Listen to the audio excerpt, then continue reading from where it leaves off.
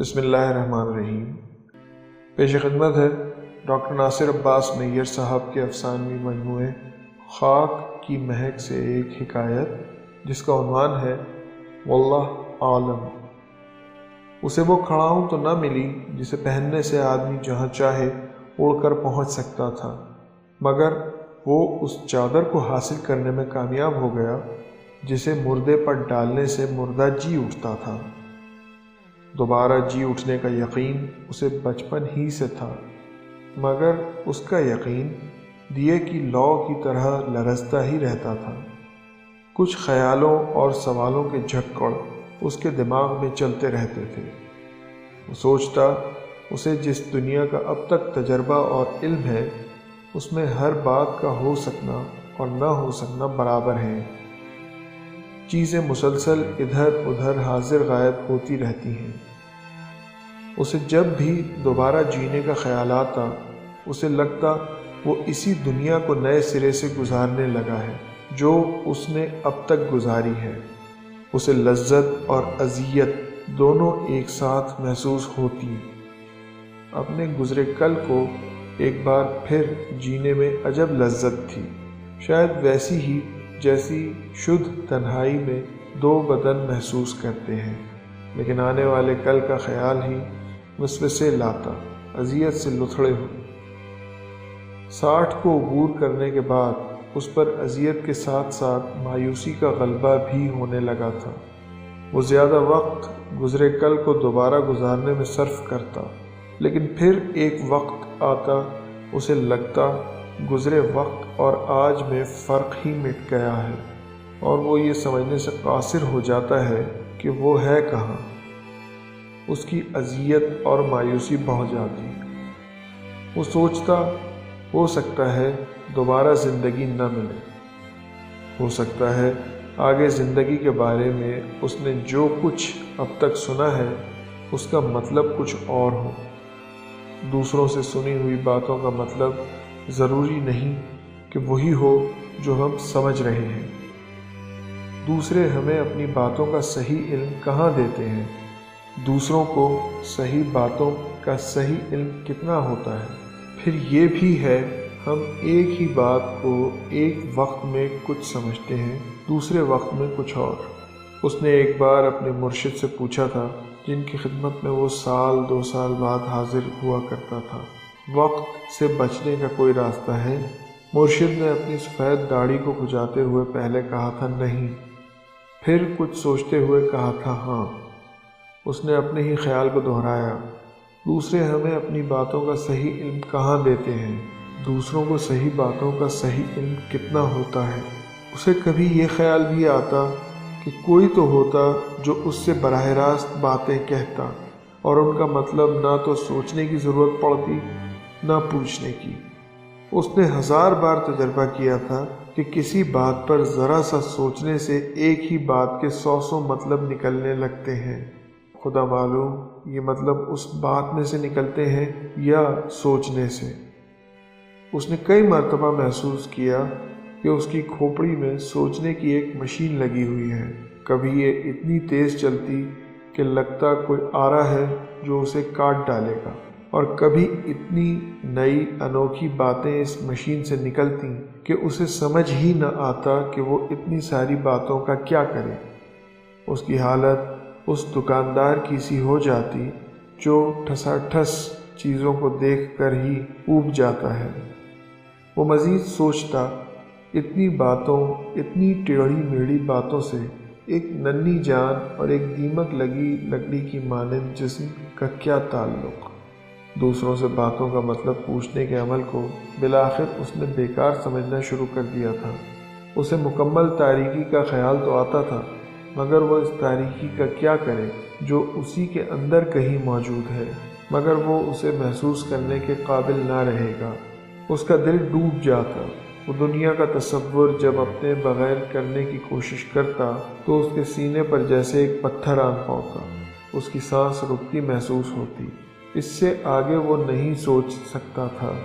پھر خیال آتا اگر دوبارہ زندگی مل بھی گئی اور اس دنیا کی یادداشت ہی ختم ہو گئی تو اس امکان کے بارے میں البتہ وہ کچھ سوچ لیتا تھا۔ وہ سوچتا پرانی یادداشت میں سب کچھ اچھا تو ہے نہیں، پھر خیال آتا وہ نئی چیزوں کو پرانی یادداشت کے بغیر کیا سمجھ سکے گا؟ کیا اسے کسی انجانے دیس کی انجانی بولی سمجھنی پڑے گی؟ کیا اس میں سیکھنے اور حیران ہونے اور خوش ہونے کی بچے جیسی صلاحیت ہوگی؟ کبھی یہ خیال آتا کہ مرنے کے بعد وہ دوبارہ زندہ ہو گیا اور اسے ہر عمل کا جواب دینا پڑا، اور ان اعمال کا بھی جنہیں وہ یکسر بھول بھال چکا ہے۔ کیا اسے اس بات کا موقع دیا جائے گا کہ وہ گزرے اعمال کو اچھی طرح یاد کر سکے اور یقین کر سکے کہ یہ واقعی اس سے سرزد ہوئے تھے اور اس نے سب کچھ ہوش مندی کی مکمل حالت میں اور ہر عمل کے انجام کو سمجھتے ہوئے انجام دیا تھا؟ اسے سب سے بڑا مسئلہ بھول جانا لگتا تھا۔ ایک دن اس نے اپنے بیٹے کو بتایا کہ جب وہ 3 سال کا تھا تو وہ کہا کرتا تھا وہ بڑا ہو کر دولہا بنے گا۔ 10 سال کی عمر میں وہ بھول بھال چکا تھا کہ اس کی سب سے بڑی آرزو کبھی یہ ہوا کرتی تھی۔ 10 سال کی باتیں 20 سال کی عمر میں بھول بھال گئیں، اور 20 کی باتیں وہ 50 میں بھول بھال جائے گا۔ ایک اور مسئلہ بھی اسے پریشان کرتا تھا۔ جس طرح کسی بات کا ہو سکنا اور نہ ہو سکنا برابر تھا، اسی طرح کسی عمل کے غلط اور صحیح ہو سکنے کا معاملہ تھا۔ یہاں کی ترازو اور وہاں کی ترازو میں کیا فرق ہوگا؟ یہاں کی ترازو تو ہر وقت ڈولتی رہتی ہے۔ اسے یہ بھی خیال آتا کہ کیا اسے اپنے دفاع میں کچھ کہنے کا موقع دیا جائے گا؟ اگر اسے اپنے دفاع میں کچھ کہنے کا موقع ملا تو وہ یہ ضرور کہے گا کہ اسے اتنے لمبے کٹھن سفر پر بھیجتے وقت اس کی مرضی تو پوچھ لی جاتی، مگر وہ یہ سب سوچتے ہوئے ڈر جاتا۔ پھر سوچتا وہ اپنی ہستی سے متعلق اتنے بنیادی، اتنے اہم سوالوں پر سوچتے ہوئے ڈر کیوں جاتا ہے؟ وہ اتنا کمزور کیوں ہے؟ وہ اپنی کمزوری سے بھی مصالحت کر لیتا، لیکن جو ہی وہ دوبارہ جی اٹھنے کا یقین کرنے لگتا اور کچھ دیر کے لیے دیے کی لو ٹمٹمانا بند کر دیتی تو اسے محسوس ہوتا جیسے اس پر کوئی پہاڑ آن گرا ہے، اس پر لرزہ طاری ہو جاتا۔ جب اسے چادر ملی ہے تو اسے لگا کہ اس کی سب الجھنیں دور ہو گئی ہیں، لیکن جیسے ہی چادر کے اسرار کھلنے لگے تو نئی الجھنیں پیدا ہونے لگیں۔ سب سے بڑا راز یہ کھلا کہ وہ چادر صرف ایک مردے کو زندہ کر سکتی تھی، تاہم اسے ہر بار زندہ کر سکتی تھی۔ یہ راز کیا کھلا؟ الجھنوں کی پٹاری کھل گئی۔ ایک الجھن یہ پیدا ہوئی کہ اگر اس نے بتا دیا کہ یہ چادر مردے کو جلا سکتی ہے تو اس کے چوری ہونے کا اسی طرح خطرہ ہے جس طرح اس نے کسی سے چرائی تھی۔ اس چادر کو چرانے کے سوا اسے حاصل کرنے کا کوئی دوسرا طریقہ تھا ہی نہیں۔ دوسری الجھن یہ تھی کہ کیا اس کے بیٹے اور بھائی اس کے مرنے کے بعد اس کے دوبارہ زندہ ہونے کی خواہش کریں گے؟ ہو سکتا ہے وہ لالچ میں آ جائے۔ دوبارہ جی اٹھنے سے بڑا لالچ کوئی ہو سکتا ہے؟ ہو سکتا ہے ان کا ایمان ڈگمگا جائے اور وہ اپنے لیے یہ چادر رکھ لیں۔ اس الجھن کا حل اسے نظر نہیں آیا۔ آنے والے وقت میں اس کا اپنا خون کیا سوچے گا؟ اس کا صحیح علم وہ حاصل نہیں کر سکتا تھا، اس لیے بھی کہ خود انہیں کہاں معلوم تھا کہ وہ آنے والے وقت میں کیا سوچیں گے۔ لیکن وصیت ضروری تھی کہ اس کے مرنے کے بعد اس پر یہ چادر اس کی لاش پر ڈال دی جائے، اور یہ بتانا بھی ضروری تھا کہ چادر یہ معجزہ کر سکتی ہے، ورنہ لوگ اسے بھوت سمجھ کر بھاگ جائیں گے یا اسے مار ڈالیں گے اور پھر چادر بھی نہیں ڈالیں گے۔ وہ یہ کئی بار دیکھ چکا تھا کہ ایک مریض مجروح بوڑھے کو بچانے کی کوشش سب کرتے ہیں، مگر وہی آدمی مر جائے تو اس کے دوبارہ جی اٹھنے کی تدبیر تو دور کی بات ہے، اس کے جسم کو ہاتھ لگانے سے بھی ڈرتے ہیں۔ اس نے وصیت کیا کی کہ چند دنوں بعد پوری بستی میں یہ خبر پھیل گئی کہ اس کے پاس مردے کو زندہ کر دینے والی چادر ہے۔ خبر کیا پھیلی؟ بستی پر ایک مصیبت نازل ہو گئی، اور خود اس پر بھی۔ ایک امام صاحب کا آخری وقت تھا۔ انہوں نے اپنے بیٹوں اور ارادت مندوں کو اس کے پاس بھیجا کہ اس چادر کے سب سے بڑے مستحق وہی ہیں۔ اگر وہ چلے گئے تو بستی پر گناہ و ادبار پھر چھا جائے گا، اس لیے ان کا زندہ رہنا بستی والوں کے لیے ضروری ہے۔ اسے بستی کے گناہ و ادبار سے پریشانی تو ہوئی، ایک لمحے کو ڈگمگایا بھی، مگر پھر یہ سوچ کر اس نے انکار کر دیا کہ جب یہ امام صاحب نہیں تھے تب بھی تو یہ بستی آباد تھی۔ پھر خود اسے بھی دوبارہ جینے کا لالچ اس قدر تھا کہ اگر اس کا اپنا بیٹا بھی اس کے سامنے مر جاتا تو اسے اس نے قسمت کا لکھا سمجھ کر قبول کر لینا تھا۔ جب تیل سیدھی انگلی سے نہیں نکلا تو امام صاحب کے ارادت مندوں نے وہ چادر چرانے کا فیصلہ کر لیا، حالانکہ اس نے کسی کو نہیں بتایا تھا کہ چادر حاصل کرنے کا صحیح طریقہ یہی تھا۔ اسے بھی بھنک پڑ گئی، اس کی راتوں کی نیندیں حرام ہو گئیں۔ وہ جاگ جاگ کر اس قدر زچ ہو گیا کہ اس کا جی چاہا وہ مر جائے۔ وہ واقعی مرنا چاہتا تھا، مگر مسئلہ یہ تھا کہ اس کا اپنے بیٹے پر یقین بھی ڈاواڈول تھا۔ خدا جانے بیٹا اس کی وصیت پر عمل کرے یا نہ کرے۔ ہو سکتا ہے اس کا بیٹا چاہے کہ اس کے سر پر باپ کا سایہ سلامت رہے، ہو سکتا ہے بیٹا چاہے کہ بڈھا اب جان چھوڑے۔ جب وہ خود شش و پنج میں ہے تو بیٹے کا ذہن کیسے پہنچ سکتا ہے؟ پھر کیا ضروری ہے کہ اس وقت اس کا بیٹا جو کچھ سوچ رہا ہے جب وہ باپ کی لاش دیکھے تو وہی کچھ سوچے یا کچھ اور؟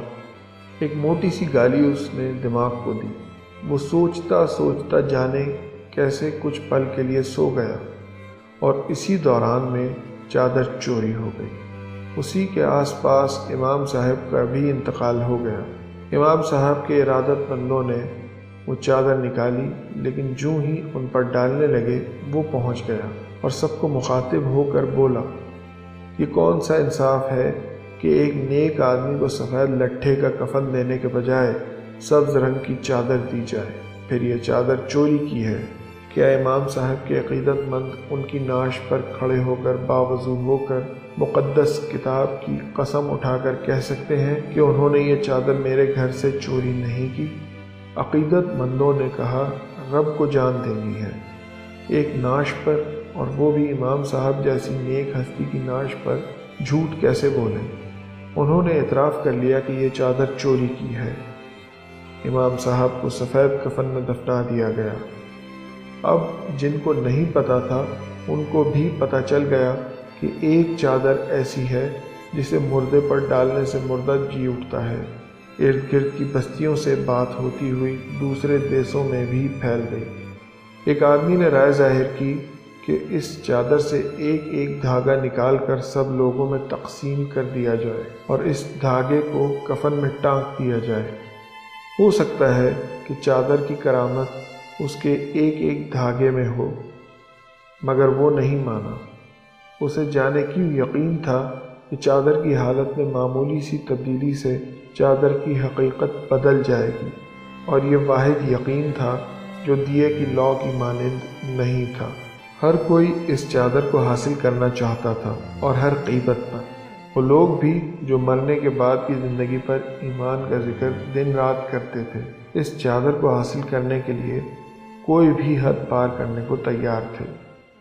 کچھ لوگوں نے اسے بھاری قیمت کی پیشکش بھی کی۔ ایک شخص نے کہا کہ وہ اس چادر کے بدلے اپنی بیٹی اس کے ساتھ بیاہنے کو تیار ہے۔ اس کے جی میں ایک لمحے کے لیے خیال آیا کہ وہ کوئی دوسری چادر دے کر بیاہ کر لے، لیکن ڈر گیا اگر راز کھل گیا تو مرنے سے پہلے مار دیا جائے گا۔ ایک زمیندار نے اسے 5 مربع زمین کی پیشکش کی۔ ایک بوڑھا کروڑ پتی اسے اپنی ساری دولت دینے پر تیار ہو گیا۔ کسی نے اسے سمجھانے کی کوشش کی کہ وہ ہمیشہ جی کر کیا کرے گا، اس کی لمبی عمر ایک اجنبی کے طور پر گزرے گی، اس کو پہچاننے والے، اس کی زبان سمجھنے والے سب مر کھپ جائیں گے، وہ اکیلا کیسے جیے گا؟ وہ نہیں مانا، لیکن اسے ایک نئی الجھن یہ ہوئی کہ چادر اسے جلائے گی تو صحیح، مگر کس صورت میں؟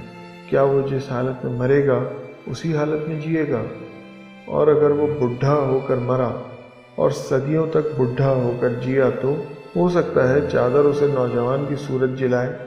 چوری کی ہوئی چادر کے بارے میں ساری باتیں سنی سنائی تھیں، جن کا مطلب کبھی کچھ ہوتا کبھی کچھ۔ چند ہی ہفتوں میں اس کا گھر دنیا کا سب سے غیر محفوظ ٹھکانہ بن گیا تھا، اور وہ سنجیدگی سے کہیں اور جانے کی سوچ رہا تھا۔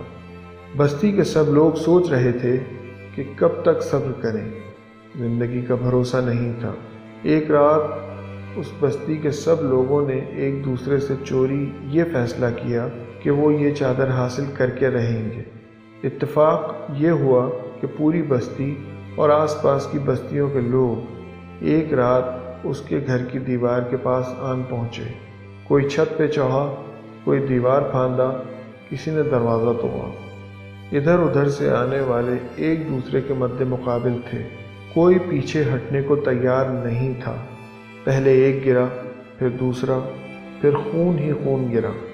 صبح تک پوری بستی اور آس پاس کی چند بستیوں کے مرد مارے جا چکے تھے، عورتیں بیوہ ہو گئی تھیں اور بچے یتیم ہو گئے تھے، لیکن وہ چادر کہیں نہ ملی۔ لوگ اتنے زیادہ مرے کہ بازار سے کفن کم پڑ گئے تو لوگوں کو انہی کے خون آلود کپڑوں میں دفنانا پڑا۔ چند نوجوان بچ گئے، ان میں ایک اس کا بیٹا بھی تھا۔ اس نے کہا کہ چادر تو پہلے ہی چوری ہو گئی تھی۔ کسی نے کہا کہ چادر کسی ایسی جگہ چھپا دی گئی تھی جس کا علم اس کے بیٹوں کو بھی نہیں تھا۔ کسی نے کہا وہ چادر ایک مزار کی تھی۔ جب لوگ ایک دوسرے کا خون کر رہے تھے، صاحب مزار نے چادر واپس منگوا لی۔ ایک نوجوان نے کہا کہ اس نے خود ایک سبز چادر فضا میں اڑتی ہوئی دیکھی ہے، اور کسی نے کہا کہ اس طرح کی کوئی چادر تھی ہی نہیں۔ واللہ عالم۔ شکریہ۔